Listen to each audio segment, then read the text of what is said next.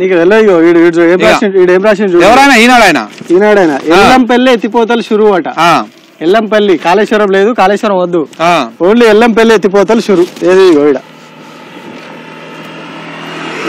అది ఎల్లంపల్లి ఎత్తిపోతలు షురు అంటే ఎల్లంపల్లి కాంగ్రెస్ వాళ్ళు మేమే కట్టామని ప్రచారం చేసుకుంటారు కాబట్టి కాంగ్రెస్ పత్రికలు అనేటువంటి ఈనాడు ఏం రాసింది, ఎల్లంపల్లి ఎత్తిపోతలు షురు అయినా అంట. ఎల్లంపల్లి ఎన్ని రోజులు ఎత్తిపోస్తాడు రాయాలి కదా, ఎన్ని రోజులు ఎత్తిపోస్తాడు, అలా ఎంత ఉంది స్టోరేజ్, దాని కింద ఎన్ని రిజర్వాయర్లు ఉన్నాయి, ఆ రిజర్వాయర్లు ఎన్ని నిండుతాయి, ఎన్ని రోజులలో నిండుతాయి, ఏమైతుంది, ఎన్ని రోజులలో ఇవన్నీ నిండుతాయి, అది కూడా రాయాలి కదా.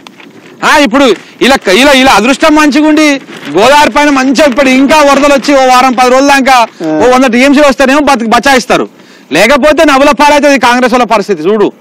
సో కాబట్టి ఈ విధంగా ఉన్నటువంటి పరిస్థితి. దాంతో పాటు కొంత వార్తలు కూడా అనాలిసిస్ చేస్తాం మిత్రులారు దీని మీద నుంచి. ఇగో వీళ్ళే రాసిర్రు, ఎల్లంపల్లిలోకి 10 రోజులలో 12 టీఎంసీలు వచ్చిందట. 10 రోజులకి 12 టీఎంసీలు అంటే అది అప్పుడు ఎక్కువ ఉండే ఫ్లడ్డింగ్, ఎంత రోజుకు 2 టీఎంసీలు వచ్చింది మొన్నటి. ఎప్పుడు 22 తారీఖు నాడు 26,000 క్యూసెక్లు వచ్చింది, అటు ఇటుగా 2.5 టీఎంసీ. 27 తారీఖు నాడు 11,000 క్యూసెక్లు వచ్చింది, సగానికి పడిపోయింది. ఇంకా నువ్వు ఒక 2 రోజులైనా చూడు, నాకు తెలిసి 500, 600, 1000, 2000 వస్తుంది. అంటే రోజుకు ఒక 1/4 టీఎంసీ కూడా రాదు. మనం మోటార్ లాంచ్ చేస్తే రోజుకు 2 టీఎంసీలు ఎత్తుకొస్తారు. ఇప్పుడు ఎంత నందిమేడారం నుంచి సేమ్ ఎంత వస్తున్నదో అంత ఒక టీఎంసీ వస్తే ఒక టీఎంసీ ఎత్తిపోస్తున్నారు. సో ఇట్లా పోసుకుంటూ పోతే ఏదైనా ఇంకా ఫ్లడ్ తగ్గుతా ఉంది కాబట్టి ఖచ్చితంగా అది ఎల్లంపల్లి ఖాళీ అవుతుంది, మీదికి వెళ్ళి నీళ్ళు వచ్చేది ఉండదు. అసలు కాడ నందిమేడారం కాడ ఇక 4 రోజులు పోతే కథ పంపులు బంద్, మళ్ళీ అట్లా నీళ్లు బంద్. ఎందుకంటే జనాలను పిచ్చోళం చేసేటువంటి ప్రయత్నం చేస్తా ఉన్నారు వీళ్ళు నిజంగా కూడా. అంటే ఇప్పుడు గనక నేను ఏమంటా ఉన్నా అంటే ఇప్పుడు గనక ఇప్పుడు ఆల్రెడీగా చూడు మెల్లగా వాన పోతా ఉంది, మళ్ళా ఎండలు స్టార్ట్ అవుతా ఉన్నాయి, మళ్ళా గాలి వస్తా ఉంది.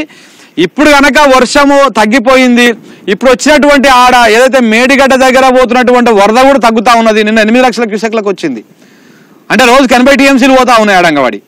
అది మెల్లగా దాని ఫ్లడ్ తగ్గిపోతా ఉన్న కొద్దీ మనం పంపులు ఆన్ చేసి మోటార్లు ఆన్ చేసి రిజర్వాయర్ నింపుకోకపోతే ఆ బరాజులు నింపుకొని గోదావరిలో ఓ 50 టీఎంసీలు స్టోర్ చేసుకునే కెపాసిటీ ఉంది గోదావరి నది మీద మనకు. అన్నారం కావచ్చు, సుందిల్ల కావచ్చు, మేడిగడ్డ కావచ్చు. సరే మేడిగడ్డ రిపేర్ లో ఉంది కాబట్టి దాన్ని వదిలేదాం, మేడిగడ్డను ఏమి అజయ్కు ఆ లక్షల క్యూసెక్ లో నీళ్లు పోతున్నప్పుడు అన్నా కనీసం నువ్వు ఆడ ఆ పంపులను హెడ్ రెగ్యులేటర్ అది ఎత్తేసి నువ్వు వాటర్ ఎత్తుకొని పోస్తే ఇక్కడ అన్నారము సుందరం ఉంటది. ఇంకో విషయం ఏంటంటే మేడిగడ్డలా నిన్న ఏం చెప్తారు, మొన్న ఉత్తమ్ ప్రెస్ మీట్ లో మాట్లాడతా, ఆ గేట్లు వంగిపోయినాయి, కూలిపోయింది, గేట్లు వంగిపోయినాయి అని చెప్తారు. ఒకటే గేట్ డ్యామేజ్ అయింది, మన విజువల్ కూడా చూపిద్దాం, మన దాంట్లో అప్లోడ్ చేస్తాం. అది ఒకటే గేట్ ఎక్కడైతే ఆ పిల్లర్ కుంగింది అంటున్నారో ఆ పిల్లర్ కుంగిన దగ్గర ఒకటే గేట్ ఖరాబ్ అయింది. ఆ గేట్ కూడా తీసేసిరు వాళ్ళు, లేదు అక్కడ ఆ గేట్ పెట్టలేదు, ఆ గేట్ తీసేసి పక్కకు పెట్టిరు. వీళ్ళు ఏం మొత్తం మేడిగడ్డ కొట్టుకపోయింది అంటారు, బట్ వీళ్ళు మార్కింగ్ చేసింది కూడా ఎక్కడికి, ఆ కుంగిపోయింది అన్న పిల్లర్ కి అటు పక్క ఒక పిల్లర్ ఇటు పక్క ఒక పిల్లర్ వరకు జస్ట్ మార్కింగ్ చేసి పిల్లర్ మందమే మార్క్ చేసిర్రు. ఎందుకు అక్కడ అదైతే కుంగిందో ఆ కుంగిన సంబంధించిన గేట్ మొత్తానికి తీసేసి ఓపెన్ చేసి పెట్టిర్రు. అన్ని ఓపెన్ ఉన్నాయి, ఈ గేట్ మొత్తమే తీసేసి పక్కకు పెట్టిర్రు. బెండ్ అయింది అన్నది అది ఒకటి. ఇంకొకటి మనము మన మార్నింగ్ న్యూస్ లో రాష్ట్రం అది ఒకసారి ఇది ఎందుకంటే మొదటి నుంచి ఇయ్యాలి కాదు, ఏంటంటే తెలుసా, నేను ఆ రోజు నుంచి మన పేపర్ లో రాసినాము, ఒక్కసారి అది చూపిస్తా. ఇగో ఏమని రాష్ట్రం అంటే ఇగో చూడు, మేడిగడ్డపై చేసినటువంటి కుట్రలో కాంగ్రెస్ హస్తం ఉంది అని చెప్పేసి నిన్న కేటీఆర్ గారు ఎవరైతే బీఆర్ఎస్ వర్కింగ్ ప్రెసిడెంట్ ఉన్నారో ఆయన మీడియాతో చిట్ చాట్ చేస్తూ ఆయన మాట్లాడిన మాటలు ఏందో మీకు వివరిస్తా. ఏమన్నాడంటే మేడిగడ్డపై కుట్రలో కాంగ్రెస్ హస్తం క్వశ్చన్ మార్క్ అంటే అలా ఉన్నట్టుగా వీళ్ళు అనుమానం వ్యక్తం చేస్తా ఉన్నారు.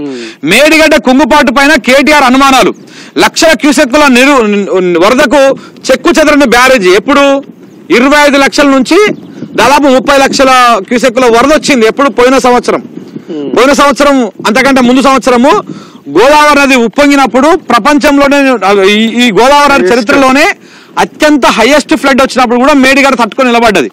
కానీ ఎన్నికల ముందు ఒక 6 నెలల ముందు మాత్రమే అది కూలిపోయింది. అది కుంగిపోయింది, కూలిపోవడం కాదు, ఒక 2 పియర్స్ కుంగినాయి లోపలికి, ఒక 6 ఫీట్ల మేర కిందికి కుంగినాయి. సో ఎన్నికల ముందే ఎందుకు అలా అవుతుంది? నిన్న వారు ఎవరైతే కేటీఆర్ ఉన్నాడో కేటీఆర్ అనుమానం వ్యక్తం చేసిండు. ఒకరిద్దరి మంత్రుల పాత్ర పైన సందేహం ఉంది. అంటే ఇప్పుడు మంత్రులుగా ఉన్నటువంటి వాళ్ళు ఈ స్థానికంగా ఉన్నటువంటి వాళ్ళ మరి లేకపోతే మొత్తం ఓవరాల్ ఉన్నటువంటి వాళ్ళ ఏందో అర్థమవుతలేదు కానీ ఒకరిద్దరు మంత్రుల పైన కూడా అనుమానం ఉంది. వాళ్ళే ఏమైనా చేసిరా ఇక్కడ మీరు అక్కడ కూడా అనుమానం అంటే నాకు ఫస్ట్ డే నుంచే అనుమానం ఉంది. ఎందుకంటే ఒకవేళ ప్రభాకర్ నువ్వు గుర్తుపెట్టుకో, అంటే ఈ నుంచి అన్నాక 85 పిల్లర్లు ఉంటాయి, మొత్తం 85 పిల్లర్లు ఉన్నాయి. ఆ 85 పిల్లర్లలో ఒకవేళ నీకు ఫ్లడ్ ఎక్కువ ఉండి లేకపోతే ఏదైనా వరదకు డ్యామేజ్ అయ్యి అదైతుంటే నడి గోదావరిలో కుంగిపోయేటువంటి అవకాశం ఉంటుంది. ఫ్లోటింగ్ అక్కడ స్పీడ్ ఎక్కువ. నువ్వు మేము మేడిగడ్డ నుంచి నడుచుకుంటూ పోతా ఉంటే మేము దాదాపు ఒక 4-5 రౌండ్లు వేసినాం. ఆ నుంచి నడుచుకుంటానే అటు ఇటు 4-5 రౌండ్లు వేసినాం. అంటే వీళ్ళు కేటీఆర్ వాళ్ళు రాకముందుకు మేము వచ్చినప్పుడు, తర్వాత మేము స్పెషల్ లైవ్ చేసినాం. ఆ నుంచి మీరు అందరు చూసిరు కూడా. వేసినప్పుడు నీకు నడి గోదావరి మీదకి పోయినప్పుడు అంటే మధ్యలో పిల్లర్ల మధ్యలోకి వచ్చినప్పుడు సౌండ్ ఫ్లోట్ గానీ ఎగిసిపడడం కానీ స్పీడ్ గానీ జమ్మున వెళ్ళిపోతా ఉన్నాయి. అటు చివరికి తక్కువ ఉంది వరద ప్రవాహం. ఒకవేళ మనకు ఆ పియర్స్ కుంగిపోవాలనుకుంటే నడి గోదావరిలో ఉన్నటువంటి పిల్లర్లు కొట్టుకపోవాలి, అవి కుంగాలి, వరద స్పీడ్ కి దెబ్బతింటే. మరి పోయి మహారాష్ట్ర బార్డర్ సైడ్ అంటే మహారాష్ట్ర బార్డరే, ఆ బార్డర్ లోనే ఇంకొక 10 పిల్లర్లు ఉండే అనగా ఇది కుంగింది అనమాట. అంటే మహారాష్ట్ర వైపు నుంచి ఒక 10 పిల్లర్ 11 పిల్లర్ మధ్యలో ఇది కుంగినాయి. అంటే అక్కడ కూడా డౌట్లు ఉన్నాయి. ఫస్ట్ నుంచి నాలాంటి వాళ్ళు చాలా మంది అనుమానం వ్యక్తం చేస్తా ఉన్నారు.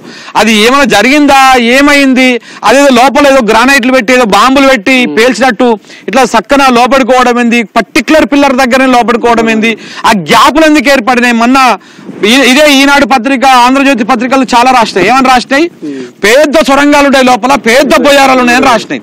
ఆ పెద్ద బొయ్యారాలు ఎట్లా ఏర్పడతాయి, ఏ విధంగా ఏర్పడతాయి? ఒక ఇసుక కొట్టుకపోయింది అనుకో, ఈ ఇసుక కొట్టుకపోతుంటే ఇంకా అవతలంగా ఉన్నటువంటి ఇసుక వచ్చి అవుతుంది. అదే వాళ్ళు సరే పెద్ద బొయ్యారం ఏర్పడ్డది అన్నారు. మరి ఆ ఎంత ఏర్పడ్డదో మన వీళ్ళు నింపారు కదా కాంక్రీట్, అదంతా బయటకు పెట్టాలి కదా. మరి ఎంత నింపారు ఏం చేసిరు అనేది బయట పెట్టాలి కదా. ఎన్ని టన్నుల కాంక్రీట్ మిక్స్ చేసిరు, లోపల చేసిరా కాంక్రీట్ మిక్స్ చేసిరా, అది కూడా చెప్పాలి కదా. అదేమి చెప్పలేదు. సో మరి ఇప్పుడు చాలా మంది అంటే అలా కుంగిపోయినప్పుడు కూడా మరి బీఆర్ఎస్ సర్కారే ఉన్నది కదా, మరి బీఆర్ఎస్ సర్కార్ ఉన్నప్పుడు ఎందుకు స్పందించలేదు అంటే అప్పుడు ఎన్నికల కోడ్ ఒకటి ఉన్నది, ఎన్నికల హడావుడి ప్రక్రియ నడుస్తున్నది. సో దాంతో పాటు ఇప్పుడు అప్పుడు వాటర్ ఉన్నది, ఆ వాటర్ అంతా పోవడానికి టైం పట్టింది. ఏం జరిగిందని తెలుసుకోవడానికి ఒక టైం పట్టింది. అప్పుడు వీళ్ళు గవర్నమెంట్ లో కనుక నెక్స్ట్ గవర్నమెంట్ కనుక వచ్చి ఉంటే, కేసీఆర్ సర్కార్ వచ్చినట్టు దాని కథ ఏందో బాగుతుందో 100% తెలియదు. ఈ పాటికి అయిపోవు. దాని వెనకాల ఎవడున్నాడు, ఏంది కథ, ఒకవేళ ఇట్లాంటి కుట్ర ఏమైనా జరిగి ఉంటే, నిజంగా ఎవడన్నా ఏమైనా చేసి ఉంటే దాని కథ ఏందో తెలియదు.